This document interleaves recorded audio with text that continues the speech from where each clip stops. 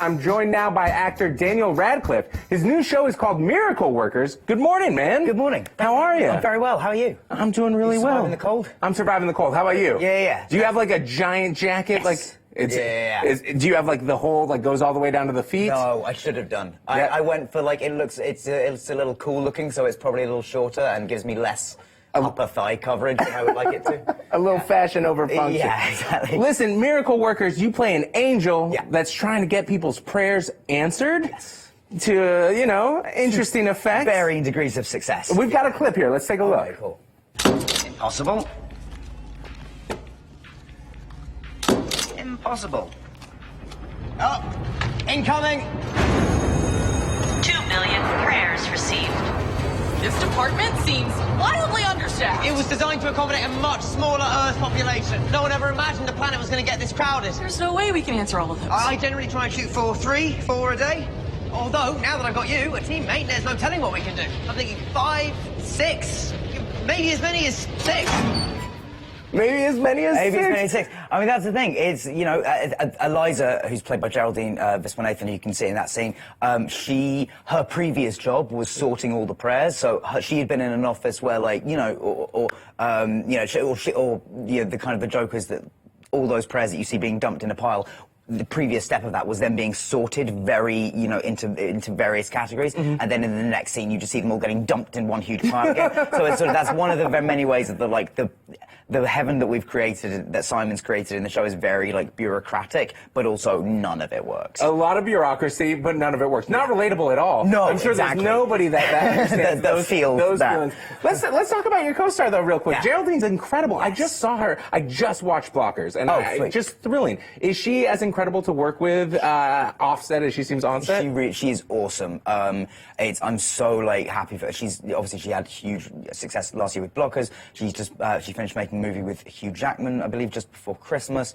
and she's got a film at Sundance called Hollow, which is just done amazingly, and everyone's talking about. And it's like it could not happen to a more deserving person. Like, she is so hardworking. She's so funny. She's so good, but she's also like, there's a real toughness to Geraldine, which I very much appreciate. Like, Geraldine, there's like one little action sequence that she did in our show, and like she badly hurt her ankle like a week out from the end of filming. Oh no! And just continued, like, she shot the last week of the show on crutches, uncomplaining. She was just a like, trooper. Yeah, she's tough as nails. Yeah, she's awesome. It's an incredible cast that you've gotten together. Yeah. What's the energy like on set? I mean, you've got Steve Buscemi playing God. Yeah, I mean, it's incredibly, it really is incredibly fun. I got to be involved in the casting of the show as well, and in watching, you know, Geraldine and Cara Sony's auditions, and John Bass and Sasha as well. And like, it's, from the word go, we were really set on, you know, you want to get people whose performances are great, and which they all were, but also you want to get people who you like want to work with, and I think we did have a really incredibly fun sort of atmosphere on set, and it just, you know, there's something about going to work and making a comedy which is just so lovely. Like, you don't have to go in and, you know, get covered in blood or cry or do any of the stuff that I normally seem to do in films, and it was really just like joyous to go in and just be silly all day. It feels good to laugh. Yeah, exactly. Listen, Simon Rich, if you were involved with the casting, were you a fan of his work? We've had him on the show. He's absolutely wonderful. Yeah. Were you a fan of his work before this? Yeah, my girlfriend actually introduced me to his books a few years ago, and I was just completely obsessed. One in God's Name was the first one I read, actually, and then shortly after that I managed to like get a meeting with Simon, and I was just like, I will do anything. If you ever make this into anything, like, I would love to be a part of it in any capacity. Like, I don't care. Like, you could make it for the radio, and I'd be like, yes, I'm in. Like, I loved the writing so much. And then it was like a year after that he phoned me up with the idea of doing it as a TV series, which for me was amazing, because like you know, so much cool stuff happens on American TV, but often you sign contracts that are sort of 5 to 7 years, which, you know, having played one character for a long time already, I sort of didn't want to get locked into that again. Rather immediately. daunting. Exactly. Rather daunting, yes. So I didn't. So yeah. So it was sort of after, and then he presented it as like the idea of the series, if we're lucky enough to get a second series, is that it's an anthology series. So we'll be starting again with different characters, different story, different setting, and everything. So yeah, it's getting to do TV with these amazing people, but also not having to play the same character for a long time. It's ideal. Absolutely love it. Listen, you're talking about how much you love TV, obviously a lot of film, but you also love the stage. You just absolutely kill it on Broadway. You were just in the lifespan of a fact. Yeah. And for that, you played a fact checker. Yes. And you actually spent a day at the New Yorker with their fact checking team. I spent like 2 hours there. I won't even say it then. I don't want to be like, yeah, I worked so hard on that, and like and then the actual fact checkers watch this and be like, no, you didn't. But yeah, That's smart. Good on you for being on that. But I did. I mean, I was allowed to go in, and they did have me fact check a restaurant review, which was very sort of intimidating and daunting, and I've never been. One of the most nervous times I've had in my life was calling up this very, very nice chef and just asking him about how to spell his name and things like that. But then it was amazing to just see this, because not everywhere has a fact-checking department anymore. It's a sort of, it's something that is less prevalent than it used to be, because it's expensive and it was time and money. But the New Yorker has a really dedicated young fact-checking staff, and it was very inspirational, like meeting them all. And they had also some of them had like just come from being on the phone with White House press secretaries and like really important stuff, and I was just like, wow, You're like, I got the chef's name. I figured out how to spell it. Exactly. Guys, check it out. Check it out. Totally, I was so impressed with myself, and they're doing like proper work. But listen, we call that picking up the phone, and it can be daunting at times. Yeah. Did going through that give you any sympathy towards journalists? Did God, you feel like absolutely. Yeah. I mean, I haven't. I've always had a certain amount of sympathy towards journalists, or a huge respect for what they do, and that little bit of potential conflict. There wasn't any conflict. I phoned this guy up. He was really nice, but like. He could have been, like, the fact there was even potential for, like, oh, is this going to be awkward on the phone? That had me freaked out. Like, actually calling somebody up who will not want to talk to you and having to tell them something they won't want to hear. Yeah, that's not what I'm built for. It's not that fun. Listen, you also recently made headlines, though, talking about the Super Bowl. You're rooting for the Rams. I am. Yes. I would like to say there is another reason for me rooting for the Rams, which is just like the New England Patriots now are sort of equivalent to Manchester United, the football team in England in the 90s, where it's just like, you've been too good for too long. And we would like other people. And also, like, this season's been so exciting with, like, Kansas City and the Rams and, like, loads of, like, teams that have been kind of okay for a while or not good for a while suddenly becoming great.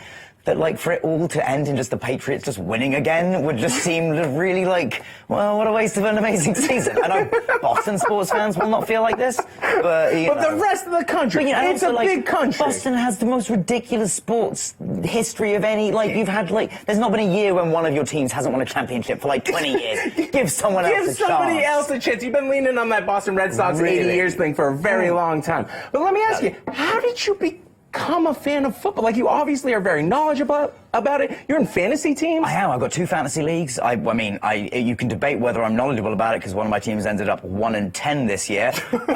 Was it 1-10 or was it 1 in however many games we have? I won 1 game. The other one I got into playoffs just. But yeah, I did a musical over here, which, most people probably don't expect, like, how you got into American football to be. Well, I was doing a musical on Broadway, and those guys are massive football fans. But yeah, they were. So one of them started a fantasy league, and they needed people in it just to make up the numbers. So I was like, yeah, fine, I'll do it.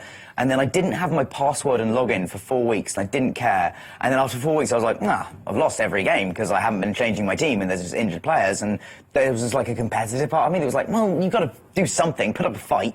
And so I got into it like that, and then like that, it just sucked me in. Like, I think like real football purists, some of them sort of look down on fantasy, like, oh, you're not really just watching the game, But in terms of getting people into the game, it is an amazing way of just like sucking you in. And you got the buzz. Yeah. And you were like, I'm not going to be last place in this musical fantasy football league. And it's actually the league that I came 1-10 in this year is still that same league. So I'm still coming last in the league, but at least I know more now. You're giving more of an effort. Well, listen, speaking of games, we also love a game here at BuzzFeed. So I'm going to ask you to play one. Let's do it. It's called Radcliffe. Okay.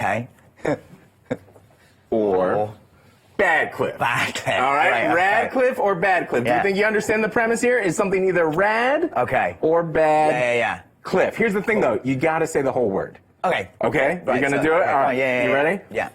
First off, Maroon 5 performing at the Super Bowl. Oh, man. I mean... From the heart. From the heart. I'm from the heart like Badcliffe, but okay. But this is what I'll say, because I'm not a fan of Maroon 5 music, or like I think I'm not. But I had a conversation with a friend of mine the other day who was saying that he knows one of the guys, and they were saying that like men never like to admit that they like their music. Like young guys never like to admit that they know or like Maroon 5 songs. So I'm probably just falling into that trap, and probably in my heart of hearts, maybe I secretly love them and just don't know it yet. It might be your next football. It's just they've never been my thing, but you know, full respect to them and doing the show. All right, an easier one here. What about Brexit? Oh, Badcliffe. Oh, Badcliffe. I mean, you know, it's not exactly like going well right now, is it? Like, I mean, but it's also just like confused, Cliff, because I don't know. I don't even know what to look for next. Like, at least like over here, everything's crazy at the moment.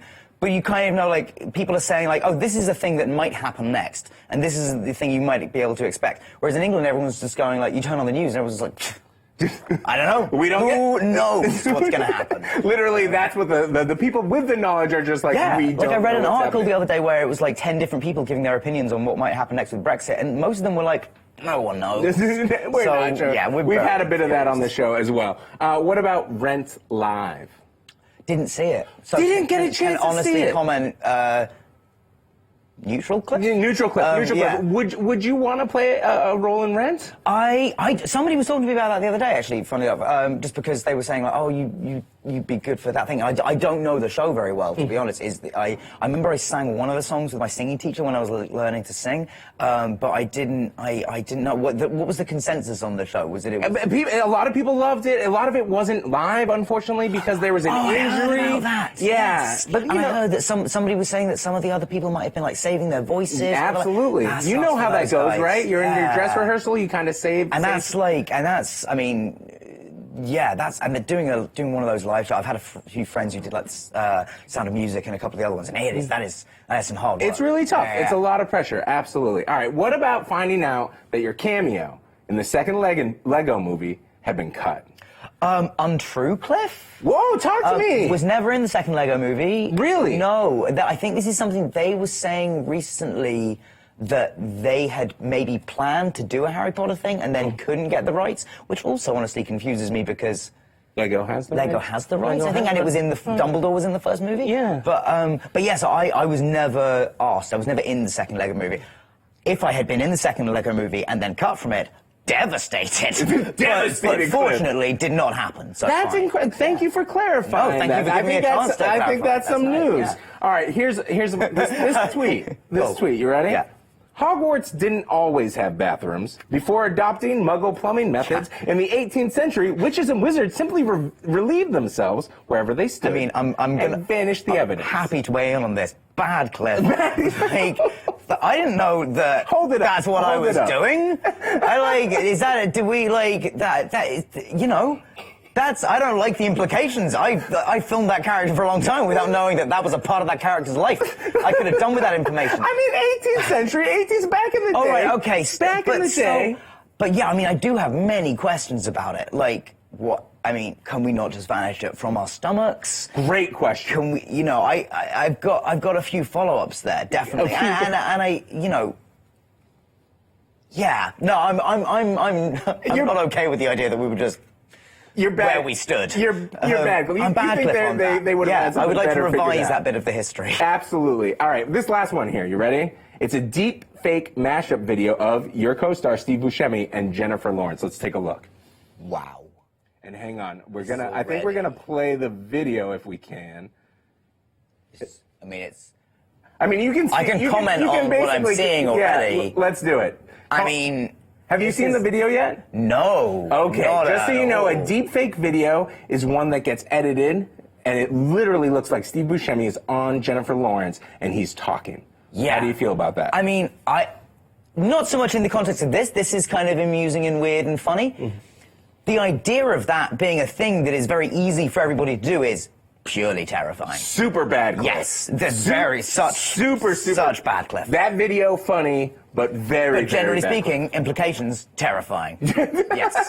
I think that's pretty much where we all are, my friend. Man, that's really scary. A little bit terrified. Well, Daniel, thank you so much for thank playing you. Radcliffe and Badcliffe. That was very fun. I think you're very rad, Radcliffe. Listen, Miracle Workers premieres Tuesday, February 12th on TBS. It looks absolutely fabulous. You're not going to want to miss it. Up next, Saeed is talking and drawing with artist Nathan Pyle.